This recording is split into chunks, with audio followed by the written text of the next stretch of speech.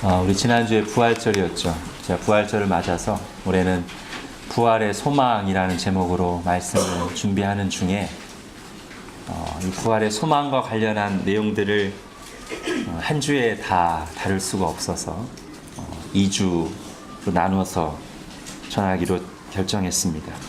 그래서 오늘 말씀은 지난주 말씀과 이어지는 내용이고요.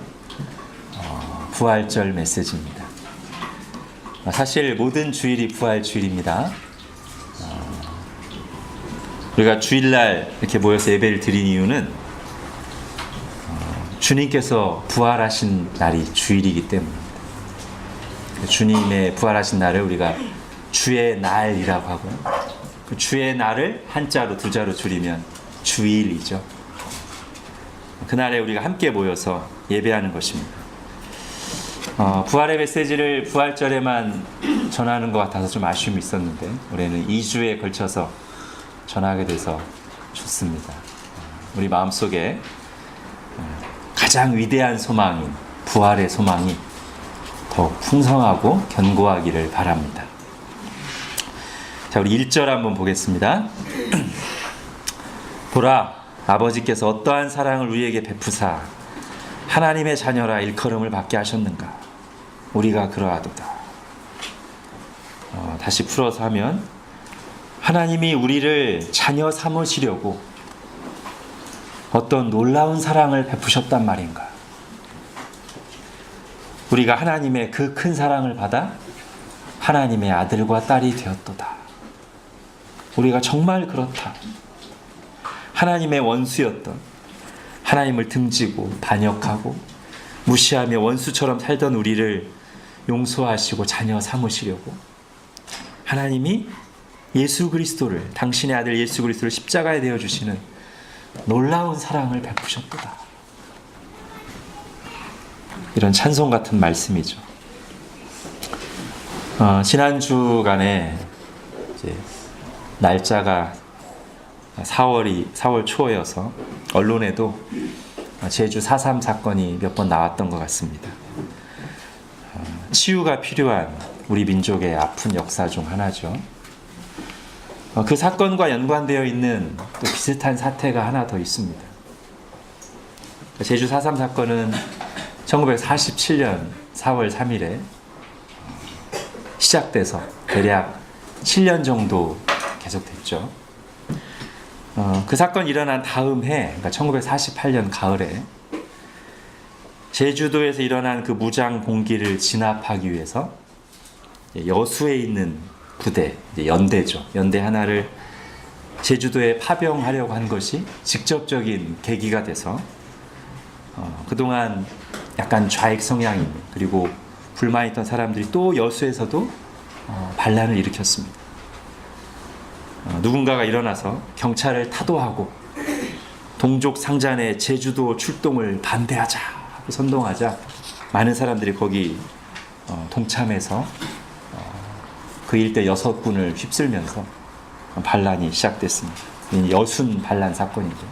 여수하고 순천의 세력. 다시 한번 이념의 갈등으로 우리 민족 간에 피를 흘리는 비극이 일어난 것이죠. 그런데 이 비극적인 사건 한복판에 한국 교회와 더 나아가 세계 교회를 놀라게 하는 위대한 사랑의 사건이 있었습니다. 그 반란 속에서 두 아들을 공산당 청년에게 잃은 손양원 목사님이라는 분이 계셨습니다. 아무 잘못 없는 자기 아들들을 죽인 청년 안재선이라는 청년을 찾아내서 계엄군이 그에게 이제 사형을 선고하고 사형을 집행하려고 하는데 적극적으로 구명 운동을 펼칩니다. 그 청년을 살려달라고. 더 나아가 자기 아들을 죽인 그 원수를, 아들들을 죽인 원수를 진심으로 용서합니다. 더 나아가 자기 아들들을 죽인 원수를 자기 양자로, 자기 아들로 맞아들이고 사랑합니다. 그러면 안재선이라는 사람의 입장에서 받은 이 도저히 이해할 수 없는 이 사랑을 한번 생각해 보십시오. 내가 자기 자식을 죽였는데, 내가 사형 집행 당하려고 할 때 적극적으로 구명운동을 펼쳐서 살려주신 것만도 감지덕지 않대.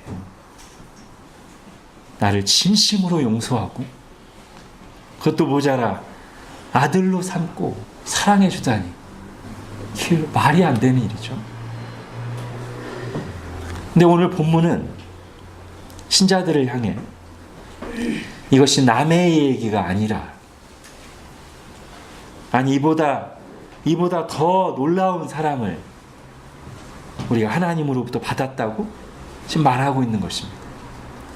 보라, 하나님께서 어떠한 사랑을 우리에게 베푸사 하나님의 자녀라 일컬음을 받게 하십니까? 감히 창조주 하나님을 반역하고 등지고 하나님을 거슬러 살던 죄인들을 용서하시려고, 아니 용서할 뿐만 아니라 하나님의 자녀로 삼아주시려고, 우리가 원하지도 않았는데, 구하지도 않았는데 먼저 당신의 아들 독생자 예수 그리스도를 십자가에 내어주셔서 대신 죽게 하시고 대신 심판하시고 하나님의 원수였던 우리를 하나님의 자녀로 삼아주셨도다. 보라, 아버지께서 어떠한 사랑을 우리에게 베푸사 하나님의 자녀로 우리를 삼아주셨는가. 이 얘기를 하는 것입니다. 아마 예상컨대 요한 일서를 쓸 당시에 사도 요한의 나이가 최소한 80은 넘었을 겁니다. 80, 90. 백발이 성성한 노인인데 여전히 이 하나님의 사랑을 생각할 때는 보라 아버지께서 어떠한 사랑으로 우리를 사랑하시고 자녀 삼으셨는가, 이렇게 감격하며 말하는 것이죠. 그 다음 구절입니다. 그러므로 세상이 우리를 알지 못함은 그를 알지 못함이라. 여기서 그는 하나님 아버지일 수도 있고 그리스도일 수도 있습니다. 이 하나님을 알지 못하는 세상 사람들에게는 우리가 하나님을 믿고 섬기는 것이 이해 안 될 수밖에 없다, 이렇게 말하는 거죠. 하나님이 죄인에게 어떤 사랑을 베푸셨는지를 모르는 사람들에게는 하나님을 예배하고 찬송하고 섬기고 순종하는 우리가 납득이 안 될 수밖에 없다. 이 하나님을 알게 될 때야, 이 하나님이 베푸신 사랑을 깨닫게 될 때야 그들도 그래서 그랬구나 라고 믿는 사람들의 말과 행동을 비로소 이해하게 될 것이다, 이 말을 하는 것이죠. 여러분, 바울을 한번 생각해 보십시오. 바울 예수 그리스도를 만나기 전에는 예수 그리스도의 이름을 부른 자들을 견딜 수가 없었습니다. 적극적으로 찾아다니며 감옥에 가두고 죽이는 데 앞장섰죠. 이해가 안 되는 거죠. 예수님을 알지 못하니까, 예수님 안에 나타난 하나님의 사랑과 은혜를 알지 못하니까요. 그러나 그 자신이 하나님의 사랑을 경험하고 나자 이해가 안 되는 정도가 아니라 이제는 오직 예수. 여러분, 오직 예수의 원조가 바울입니다. 오직 예수. 빌립보서에 보면 내가 오직 그를 아는 지식을 위해서 조금이라도 더 예수님을 알고 닮고자 한다면 모든 것들을 다 쓰레기로 똥으로 여기겠다 한 게 바울이잖아요. 오직 예수. 여러분, 사실 저도 예수님 믿기 전에는 주변에 교회 다니는 친구들이 이해가 안 됐습니다. 저랑 대학교 때 가장 친한 친구가 학기 초부터 선교단체 성경 공부하러 다니는 게 이해가 안 됐습니다. 비아냥거렸고, 제가 실제로 그렇게 얘기했습니다. 그런데 뭐하러 다니냐?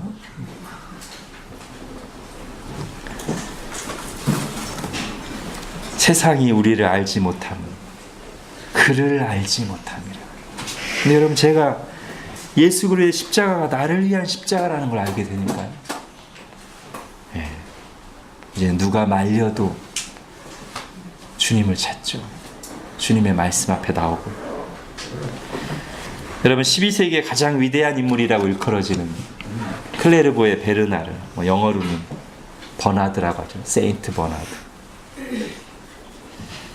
이 사람이 지은 찬송시로 만들었다고 하는 찬송가 85장에 보면 아마 이 구절과 잘 연결되는 가사 부분이 있죠.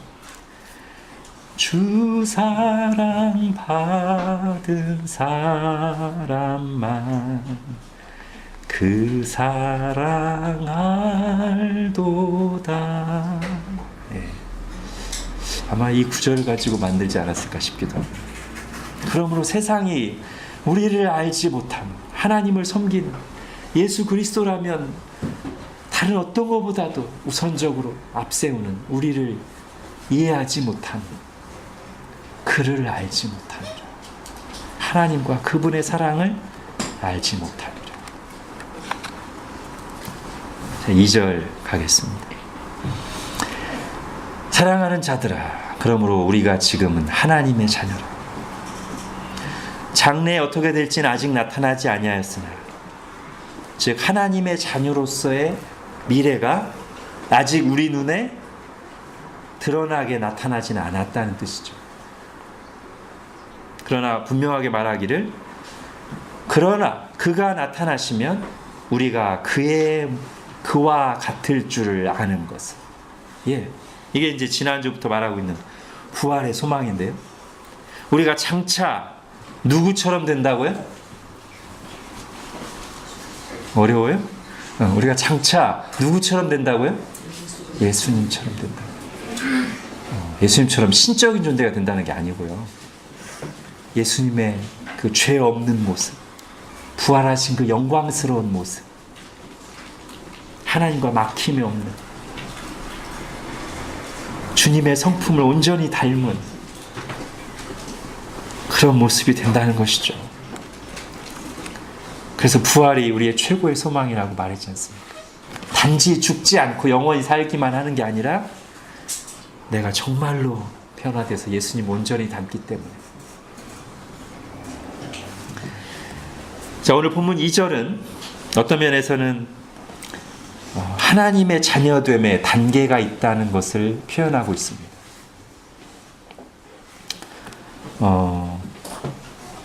이 말도 오해해서 처음 예수님 믿을 때는 10% 하나님의 자녀고 한 10년 신앙생활하면 한 50% 하나님의 자녀 되고 이런 말이 아니고요. 처음 믿을 때부터 그 믿음이 참된 믿음이라면, 성령으로 거듭난 믿음이라면 처음 믿는 그 순간 100% 하나님의 자녀. 절대 취소되지도 않고요. 오늘 2절 앞부분도 얘기했죠. 사랑하는 자들아, 우리가 지금 하나님의 자녀다. 이미 하나님의 자녀예요. 근데 하나님의 자녀라는 신분은 처음부터 끝까지 100% 동일한데, 하나님의 자녀의 상태에 있어서 어떤 변화의 과정이 있고, 특히 그 변화의 과정이 어떤 시점에선가 결정적인 변화가 있다라고 지금 말하고 있습니다.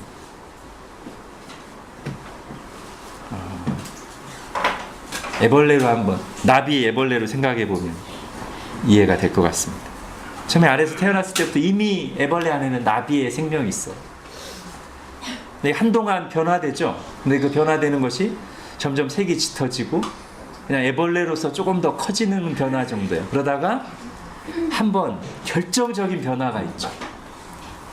마치 죽은 것과 같은 모습으로 번데기가 된 뒤에, 그 뒤에 좀 시간이 지나서 영화로 나비로 나오는 건데, 하나님이 결국 이제 애벌레 이렇게 만드셨을 텐데, 마치 우리의 구원 과정을 어느 정도 보여주는 것 같습니다. 처음에 우리가 예수 믿고 나서 살아갈 때 조금씩 변화돼요. 조금 더 색깔이 짙어지고 좀 더 자라고, 이거 성화죠. 그러다가 결정적인 단계를 한번 겪죠. 죽음, 번데기가 되는 것처럼 죽음을 통과하면서 나중에 부활할 때 그 이전과는 비교도 안 될 만큼 영화로운 모습으로. 그것이 우리의 미래죠. 애벌레에게는 나비가 되는 소망이 있고요, 믿는 우리에게는 부활의 소망이 있습니다. 예수님처럼 되는 소망이 있습니다.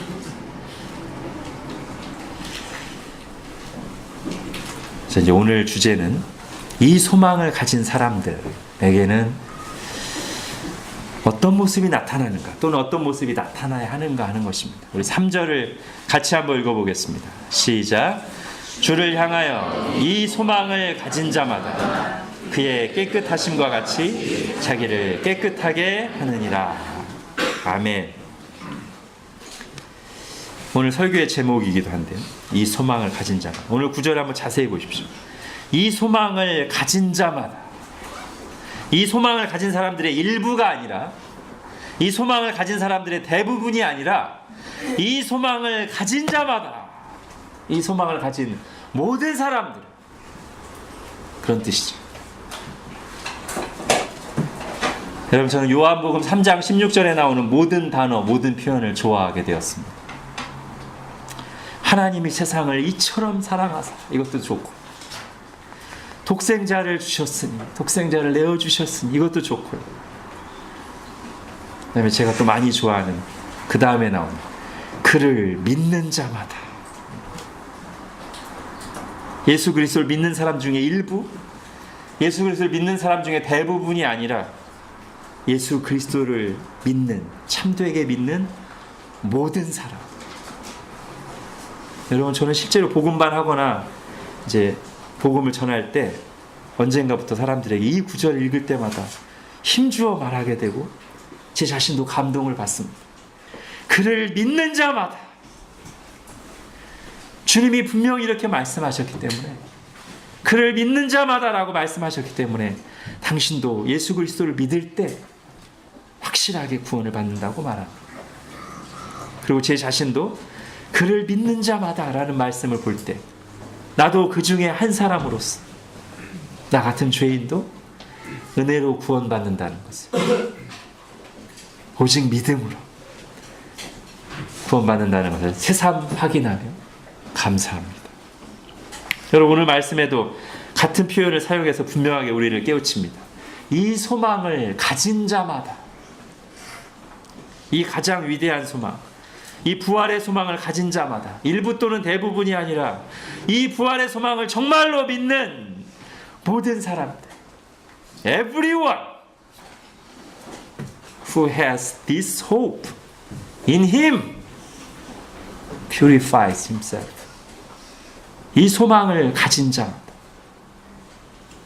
어떻게 해요? 자기를 깨끗하게 합니다.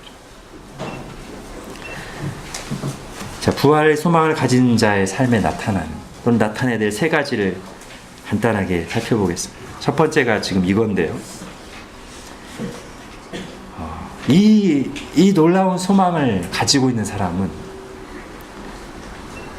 자신을 깨끗하게 지킵니다. 마치 정말로 사랑하는 사람과의 결혼을 앞둔 사람처럼 자기 자신을 깨끗하게 지킵니다. 아무 소망도 없는 사람처럼 죄에 자기를 방치하면서 자기 자신을 함부로 대하면서 죄와 세상이 나를 더럽히고 끌고 가도록 내버려 두는 삶을 살지 않는다는 뜻입니다.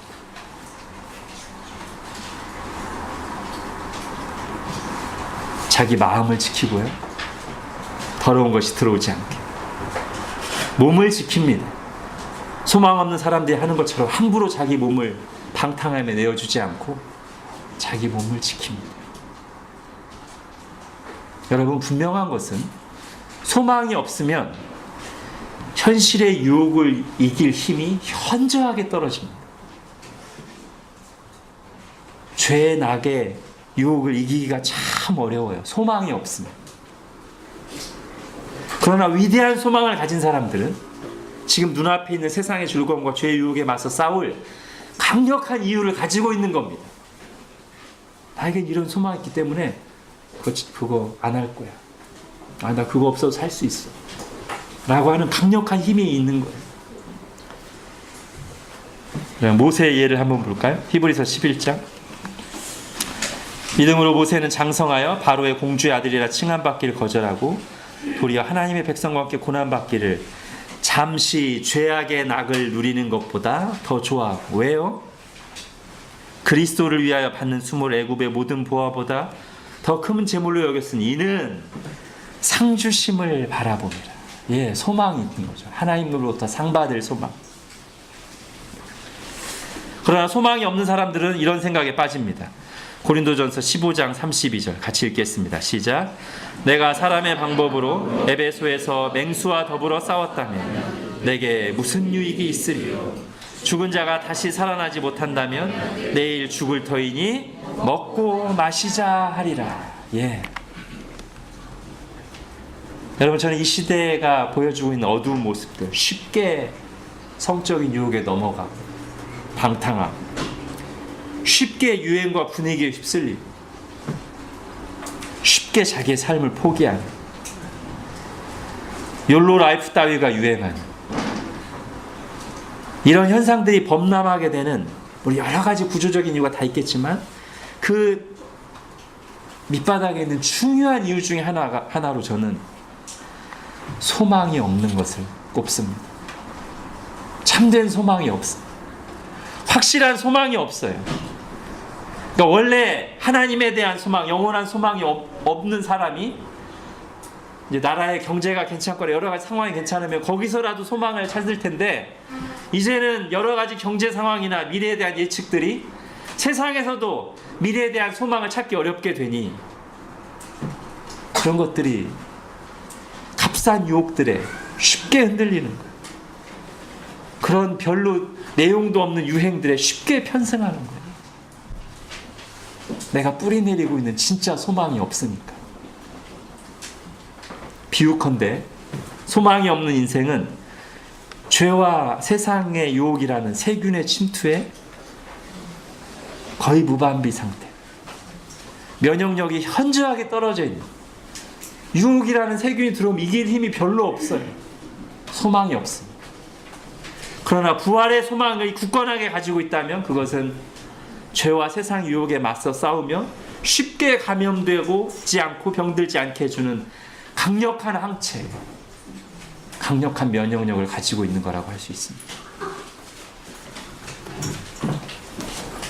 자, 이제 두 번째, 부활의 소망을 가진 사람들에게 나타나는 또는 나타내야 될 두 번째, 우리 로마서 8장 읽어보겠습니다. 시작. 그뿐 아니라 또한 우리 곧 성령의 처음 익은 열매를 받은 우리까지도 속으로 탄식하여 양자될 것 곧 우리 몸의 속량을 기다리느냐. 네, 우리 몸의 속량이 뭐예요? 부활이에요. 그죠? 부활, 마지막 영화롭게 됩니다. 자, 계속 읽겠습니다. 우리가 소망으로 구원을 얻었으며 보이는 소망이 소망이 아니니 보는 것을 누가 바라리요? 만일 우리가 보지 못하는 것을 바라면 참음으로 기다릴지니라. 예, 만약 우리에게 그런 소망이 있다면, 그 확실한 소망을 우리가 가지고 있다면 참고 기다려라. 인내죠. 여러분, 소망이 있으면 인내할 수 있습니다. 소망이 없으면 작은 어려움에도 쉽게 무너집니다. 그러나 굳건한 소망이 있으면 아주 힘든 고난도 견뎌낼 수 있습니다. 우리 주님께서도 가끔 돈으로 비유하셨으니까 생생하게 와닿게, 저도 조금 유치하지만 단순한 비유를 한번 예로 들어보겠습니다. 그럼 만약에 3일 동안, 사흘 동안 그냥 굶으라고요. 정말 힘든 일일 거예요. 사실 저는 한 끼만 굶어도 힘들거든요. 제가 웬만하면 금식기도 안 하는 이유 중에 하나가 굶으면 너무 힘들어서. 여러분, 아무런 목적이나 보상 없이 그저 굶으라고 하면 하루 아침, 점심, 저녁만 굶어도 매우 힘들 거예요. 하루가 천년 같고. 그러면서 내가 왜 이 배고픔을 참아야 되지? 매 순간 짜증이 날 것 같아요. 근데 여러분, 사흘을 굶으면 1,000만 원을 준다고 해보십시오. 제가 좀 유치하다고 미리 얘기했습니다. 그럼 배고픈 건 똑같지만 자세가 달라지지 않을까. 훨씬 더 잘 견딜 거예요. 훨씬 짜증 안 부릴 거예요. 어쩌면 짜증은커녕 기쁨으로 견딜지도 몰라요. 보통 이런 얘기하면 우리 아이들은 뭐라고 하냐면 그럼 6일 금식하면 2천만 원이에요. 금식이 끝나면 받게 될 큰 보상에 대한 소망이 있으니까 지금의 어려움을 짜증 안 내고 잘 견딜 수 있어요. 여러분 생각해 보십시오. 우리가 부활이 진짜 뭔지를 성경 그대로 잘 알고요. 그 부활에 대해서 진지하게 생각하고 붙들기만 한다면 이 땅에서의 모든 것이 무너진다고 해도 그걸 견딜 수 있게 하는 소망이 부활 소망 아니겠습니까? 다른 어떤 것보다도 이 부활, 영원한 부활과 하나님 나라의 소망이 이 세상에서 정말 모든 것이 무너지는 것 같은 상황에서도 나를 붙들어 줄 수 있는 최고의 소망이 아니겠습니까? 여러분 또 비유컨대 소망이 없는 사람의 모습은 마치 위에서 천정이 무너져 내리려고 하는데 그걸 떠받칠 기둥이 하나도 없는 상태. 이게 소망이 없는 사람의 모습이라면 부활의 소망을 굳게 붙들고 있는 사람들은 어떤 하중도 견딜 만큼 튼튼한 기둥들을 여럿 가지고 있는 그런 집과 같다고 할 수 있습니다. 이제 마지막 세 번째 보겠습니다. 부활의 소망을 가진 사람들에게 나타나는 또는 나타나야 될 세 번째 모습은 뭔가? 자, 앞에 두 개는요, 말하자면 좀 소극적인 측면이었습니다. 죄로부터 자신을 깨끗하게 지키고 어려울 때 인내하고, 이거 소극적인 거죠, 그죠? 이 마지막 세 번째는 적극적인 측면입니다. 여러분, 소망이 없을 때 나타나는 또 하나의 공통적인 현상 중에 하나는 의욕 상실입니다. 특히 어떤 것에 대한 의욕이냐면 선한 일을 위한 의욕. 그냥 본능을 채우는 의욕이나 죄의 낙을 누리는 의욕은요, 소망이 없어도 어느 정도 돼요. 그리고 때로는 소망이 없으면 더 집착하게 돼요. 본능적인 욕구 채우거나 죄의 낙을 누리는 일. 근데요, 바르고 선한 일에 대한 열심을 내는 것은 소망이 없으면 잘 안 됩니다. 지속하기가 어렵습니다. 물론 선한 일이라면 아무 보상이 없더라도 하는 것이 마땅합니다. 그런데 여러분, 만일 우리가 그 선한 일을 위해서 정말 애쓰고 희생해도 아무것도 바뀌지 않는다고 한다면, 아무 결과도 없이 그저 나만 죽도록 고생하고 끝나는 것이라고 한다면, 무의미하게 발버둥 치는 것이 헛된 것이라고 생각한다면 과연 그때도 우리가 선한 일에 열심을 낼 수 있을까요? 우린 그렇게 대단한 사람들이 아닙니다. 아니, 오히려 더 심하게 절망하고 비관적이 될 가능성이 많습니다. 몇 번 해보다가 아이고, 소망도 없는데. 여러분, 부활의 소망은 그런 절망에서 우리를 건져주고 두려움 없이, 흔들림 없이 선한 일에 열심을 내도록 우리에게 힘을 줍니다. 고린도서 15장, 바울이 부활장으로 쓴 그 장의 맨 마지막에 결론적으로 나오는 구절이 바로 그것을 말해주죠. 같이 한번 읽겠습니다. 시작. 그러므로 내 사랑하는 형제들아, 견실하며 흔들리지 말고 항상 주의 일에 더욱 힘쓰는 자들이 되라. 이는 너희 수고가 주 안에서 헛되지 않은 줄을 아니라. 아멘. 여러분, 소망의 클라이맥스는 뭐냐면 헌신입니다. 지키고, 나를 깨끗하게 지키고 고난 중에 버티고, 이게 너무나 귀하지만 정말 내가 소망이 있을 때 어디까지 나갈 때 정말로 온전한 거냐면, 내게 이런 소망이 있기 때문에 그 소망을 붙잡고 선한 일에, 주님의 일에 헌신하고 열심 내는 것. 여러분, 부활의 소망이 가득할 때 죽음까지도 불사하는 헌신이 나올 수 있는 것입니다. 그리고 이것은 우리 주님께서 실제로 요구하신 것이기도 합니다. 부활하신 주님께서 환난 중에 있는 서머나 교회에게 하신 말씀을 보겠습니다. 계시록 2장 10절 시작. 내가 죽도록 충성하라. 그리하면 내가 생명의 관을 내게 주리라. 너에게 부활의 면류관이 약속되어 있으니 죽도록 충성해라. 그리고 이 땅에 계실 때에도 제자들에게 하신 말씀 속에 비슷한 맥락이 들어있습니다. 마태복음 16장입니다.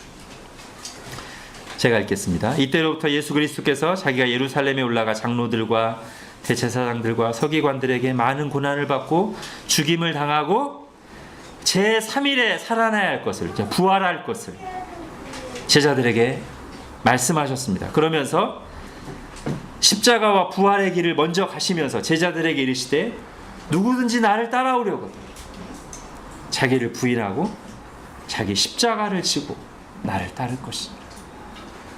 나도 지금 부활의 소망을 가지고 부활할 것이기 때문에 기꺼이 주님의 뜻을 위해 고난을 받고 죽음을 당하는 십자가의 길을 가는데, 너희도 똑같이 나를 따라서 부활할 것인데 너희가 진정으로 나를 따라오려거든 자기를 부인하고 자기 십자가를 지고 죽음까지도 불사하고 나를 따라라 말씀하시는 거죠.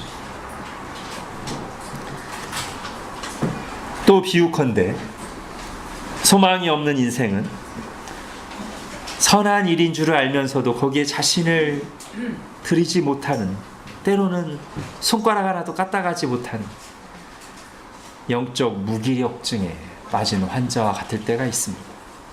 소망이 없을 때. 그러나 부활의 소망은 거기에서 우리를 일으켜 세우고 하나님을 위해 의욕적으로 일하며 헌신하게 하는 강력한 에너지원이 됩니다.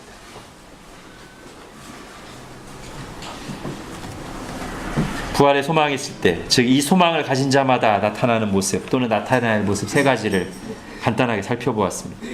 부활의 소망은 죄와 세상의 유혹에 맞서 싸우며 거기에 감염되지 않는, 쉽게 병들지 않게 해주는 강력한 항체, 여러 가지 고난들을 위해서 짓누를 때 그 집이 무너지지 않게 버티게 해주는 튼튼한 기둥이에요. 영적 무기력에 빠지지 않고 선한 일에 의욕적으로 헌신하게 하는 강력한 에너지원입니다.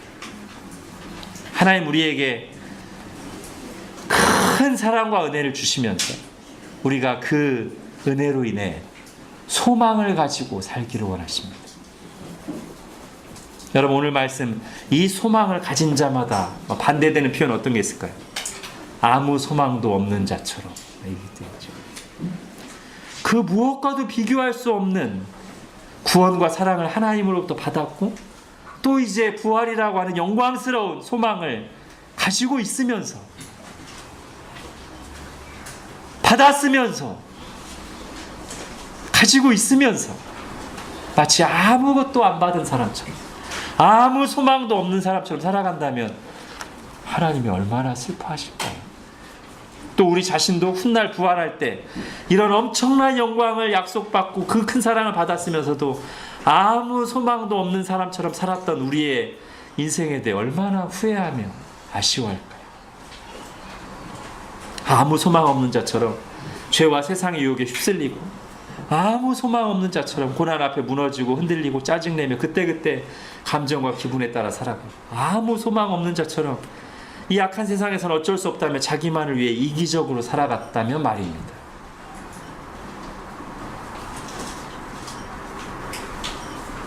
그렇게 살기엔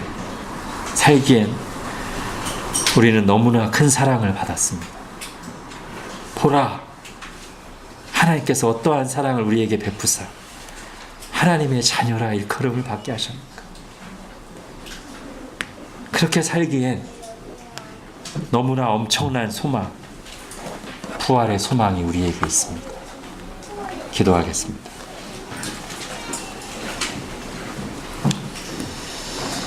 하나님, 하나님의 아들 예수 그리스도를 나 같은 죄인을 구원하시려고 내어주시고 용서하시고 하나님의 자녀로까지 삼아주신 그 놀라운 사랑에 다시 한번 감격하며 감사와 찬송을 드립니다. 그리고 그 사랑 안에서 우리에게 예수님처럼 되는, 예수님과 같은 모습으로, 마음으로 영원히 하나님 나라에서 살아가는 이 최고의 소망을 주신 것을 감사합니다. 이 큰 사랑을 받았고 이 위대한 소망을 가지고 있으니 오늘 말씀에 나온 대로 우리 자신을 깨끗하게 하는 싸움을 싸우며 이 땅에 나그네로 사는 동안 겪는 고난들 속에 세상 사람과 똑같이 반응하지 않고 인내하며, 그리고 더 나아가 이 부활의 소망, 위대한 소망이 있기에 나를 사랑하신 하나님을 위해, 나의 주님이신 예수 그리스도의 나라를 위해 흔들림 없이, 후회 없이 헌신하는 저희들 되게 하여 주옵소서. 예수님의 이름으로 기도합니다. 아멘.